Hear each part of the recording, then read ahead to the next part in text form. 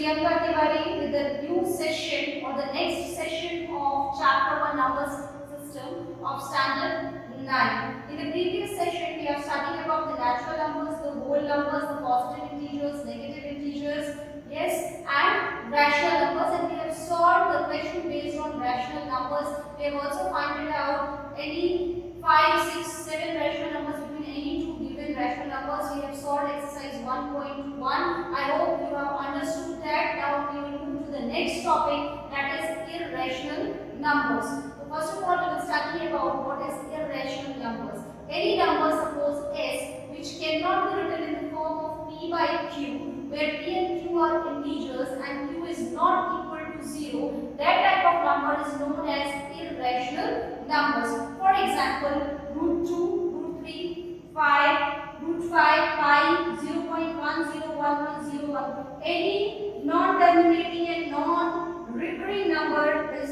an irrational numbers.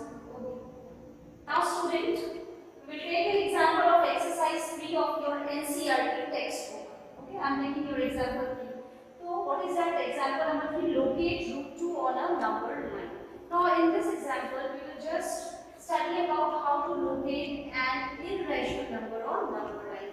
Before that, I am writing just few concepts which is important before location of any irrational number on a number line. I have written one statement. If we have to locate root n on a number line, only when root n minus 1 has been located. What does it mean? For example, in place of if we have to locate root 2, so we must know root 1. Root 1 is always equal to 1. So we have to first locate 1 on a number line, then only possible we can locate root 2 on a number line. Okay. Now for example, if we have to locate root 3 on a number line, we have to first locate 2 on a number line. Yes, if we have to locate root 5 on a number line, we must know root 4. Where is root 4 on a number line? Yes, that is 2. Okay. Now I am going to locate root 2 on a number line. Okay student, I am going to locate root 2 on a number line. First of all, what you have to do, you have to, with the help of your ruler, with the help of the scale, you have to first draw a line. Yes, a number line, a simple number line we have to draw with the help of the scale. Okay. Now what you have to do, now just name it as 0. Yes, that is your origin, that is your 0. I am naming it as point A. I am naming that 0 as A. Now, with the help of the scale, just mark 1 unit. Why you have to mark 1 unit? Because we have to locate root 2 on a number line. And before that, we have to locate 1 on a number line according to our concept. Okay, so I am going to locate root 1 on a number line. Yes? So just I am giving that point as name B and this as 1. The distance between 0 and 1 I have taken as 1. Now the second step. Yes, we have named that point as A, 1 as B. Now at point B, we are going to draw a perpendicular. Okay, we have to draw perpendicular. Directly, you know, perpendicular means a 90-degree angle. Okay, so with the help of the scale also you can draw a 90-degree angle. Yes, it is a straight line.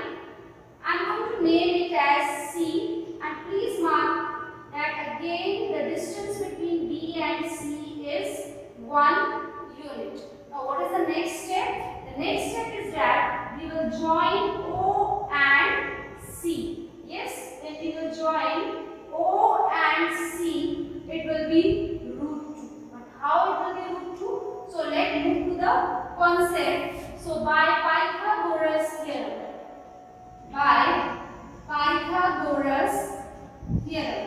So what is Pythagoras theorem? The square of the hypotenuse is always equal to the sum of the square of the other two sides. Yes? So what is hypotenuse here? AC is the hypotenuse. We have named as A. So AC is the hypotenuse.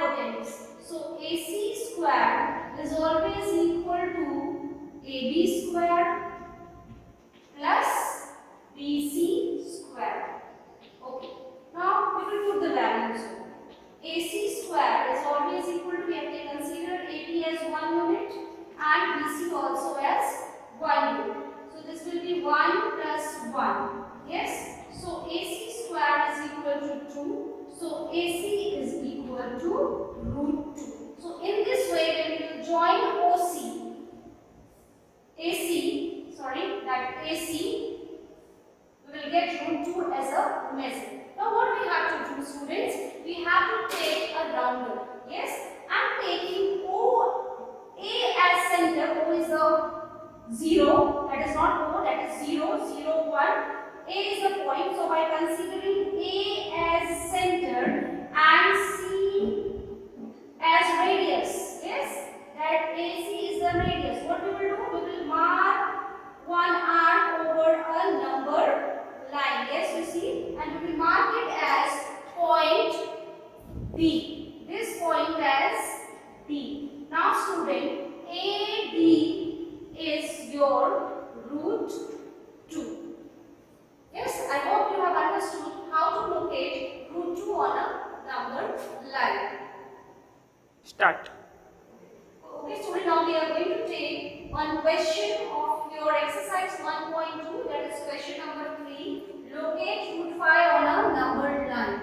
Okay, we know that we have to locate root 5. It means that root 4, which is equal to 2, must be located on a number line. Okay, for this, what we will do? Again, the same process. What we will do? We will first draw a number line. Yes, we will draw a number line. Okay. Now, this is your again 0. This is your 1. Just measure it with the help of your ruler. And then this is your 2. So, this is your 2 unit. Yes, 0 to 2, the measurement should be 2. Yes, I have named this as again A, B. Again, the same process you have to do. As you have to locate root 5 on a number line, it means that what we have to first locate? We have to first locate root 4. Yes, root 4, which is equal to 2. That's why I have taken 2 here. Are you understanding that why I have taken 2? Because we know that root 4 is equal to 2. Okay. Now what you have to do? Again, you have to draw a perpendicular on point B. That is on 2. And consider this as measurement of 1 unit. Yes, 1 unit. Why are we always saying 1 unit, 1 unit? Because it is not given centimeter, meter. Yes, root 5. So that I am considering as 1 unit and mark it as point C here. Now, as usual, we will join point AC. Yes, when we will join point AC, it will be your root 5. Again, how? Again, by Pythagoras theorem, I am going to show you how it is root 5. So, by Pythagoras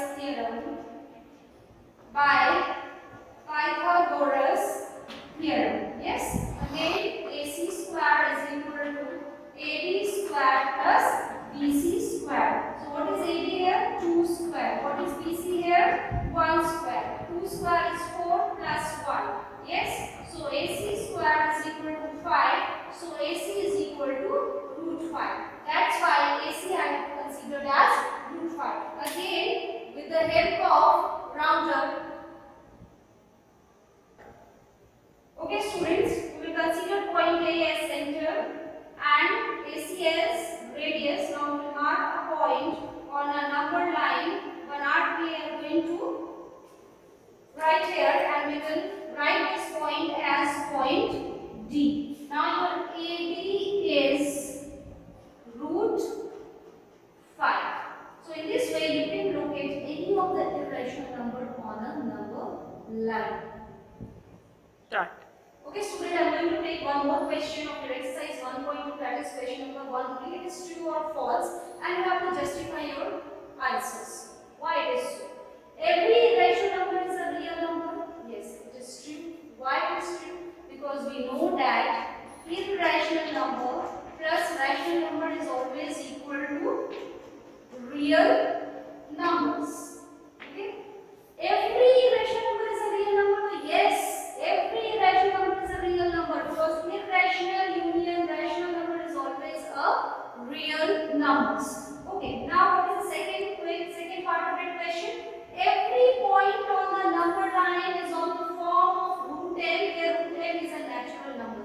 So student, the statement is false. I am saying why it is false. We know that if we have to locate, for example, you have to locate rational numbers between root 5 and root 7.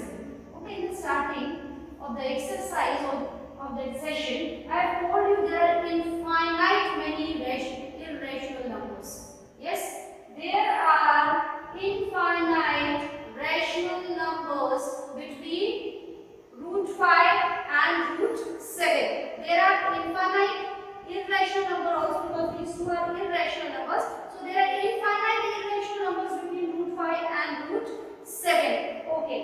So all the numbers you cannot represent in the form of root n, where n is a natural numbers.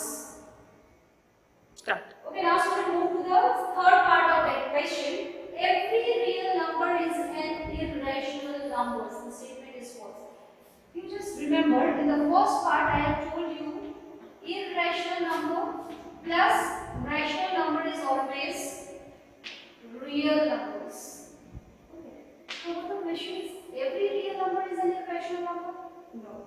Every real number is not always an irrational number. It may be rational numbers. That is why that statement is false. Start. Okay, student, let's move to the second question of exercise 1.2 of your NCERT. Are the square root of all positive integers are irrational? Then, if not, give an example. Okay. Now, to explain this, I am going to take one example. Root 4. Root 4 can be written as 2. Yes. So 2 is not a irrational number, it is a rational number. Again, root 9 is equal to 3. Again, root 9 is not an irrational number, it is a rational number. Okay, root 25, again it is a rational number. So in short, the perfect squares, the square root of a perfect square is always a rational number. Yes, so are the square root of all positive integers are irrational? Answer is no. The answer is no. Why? Because root 4 is a rational number, root 9 is a rational number, and root 25 is also a rational number, although they all are the integers. Start. So student, this is all about your exercise 1.2. Now we will move further in this chapter. Now decimal expansion. You all are aware of the decimal expansion. Yes, when you are dividing some number, you can easily represent, for example, 7 by 8, you can represent in the decimal form 0.875, 10 by 3, 3.33, yes, like that. The value of root 2 is 1.41421356, and so on. Now, basically I have made a flow chart for you so that you can easily understand the concept. Yes, what I want to explain. Decimal expansion of 3 types. Yes, it is of 3 types. One is your terminating. Terminating is when the remainder is equal to 0. Okay, where remainder becomes 0, that type of decimal expansion is known as terminating. For example, 7 by 8 is equal to 0.875. Yes. Now the second type is non-terminating recurring. Recurring means repeated. Yes, repeated. For example, 10.3, you see 3.33333. Yes, so it is a type is non-terminating and recurring or repeated. The number 333 is continuously repeating itself. Now the third type is non-terminating, non-recurring. Non-recurring means non-repeating. Yes, for example, root 2 is equal to 1.41421356. You see that the numbers are not repeating itself. Yes, it is not repeating. Yes, like here 333 is continuously repeating. So on the basis of decimal expansion, it is of 3 types. I hope you understood: terminating, non-terminating, recurring, non-terminating and non-recurring. So students, now if the decimal expansion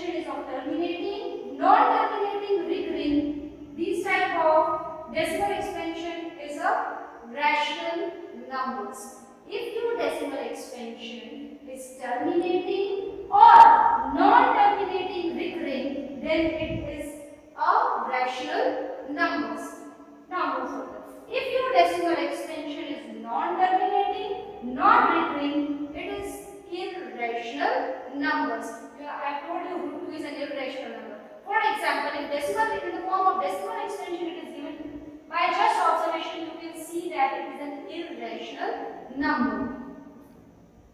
Okay students, let's move to the example number 7 of your NCERT textbook. Show that 0.333 which is equal to 0.3 bar. Listen student, if any number is repeating itself, for example if one number is only repeating itself, so it can be written as 0.3 bar. Bar is that particular number is repeating itself. Can be expressed in the form of PQ? Yes, where P and Q are the integers and Q is not equal to 0. So this is the question. It means that we have to show 0.3 bar in the form of P by Q. So let's start the solution. Now the first step is let x is equal to 0.333 and so on. We have considered this particular zero number decimal extension as x. Now student, look. Here the bar is over only one number, that is 3. So we can multiply by 10 on both the sides. Why we are multiplying by 10? Because the bar is over only one particular number. For example, if the bar over two numbers, then we have to multiply by 100 on both the sides. But here, as it is the bar only one number, so we will multiply. So multiply 10 on both sides. Yes, we are going to multiply 10 on both the sides. When we will multiply, it will become 10x, which is equal to 0.33 so on into 10. So when you multiply that number, you will observe that it is 3.333 and so on. Listen student. Now, this particular number can be written as 3 plus 0.33 and so on. Yes, when you add, this will come. Now student, see there. Now 10x is equal to 3 plus this particular number is your x. We have considered here it as x. So this particular number we are going to consider as x. We have already considered. So this is your plus x. Now solve that particular equation. X is in positive. When it comes here, it will be negative 3. So 9x is equal to 3. So x is equal to 3 by 9 or x is equal to 1 by 3. So student, we have solved this question because we have to express that particular number in the form of p by q. Yes, we have expressed that number in the form of p by q where q is not equal to 0. Example 8 of NCERT. Show that 1.272727. You know that 27 is continuously repeating. So 27 bar can be expressed in the form of p by q, where p and q are integers and q is not equal to 0. Just same like we have done our example 7. In the same manner, we are going to start. Let x is equal to 1.2727 and so on. Okay, now here, as the bar over two numbers, so we multiply 100 on both the sides. So multiply 100 on both sides. So it will be your 100x, which is equal to 1.2727 dot dot dot multiplied by 100. Now when you multiply, it will be 127.27 dot dot dot. Now students, we have to make x or at this side. So what we will do, we will minus, as I am doing rough work here. Okay, what we will do, 127.27, we will subtract that x, that is 1.27. I am considering that two number only. It will be your 00621. It means that it is 126. So we can write it down as 126. Whatever the number we have subtracted, we will add plus 1.27. Okay, here we have written 100x.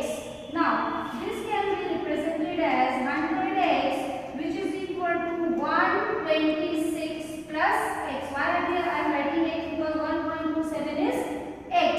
Now,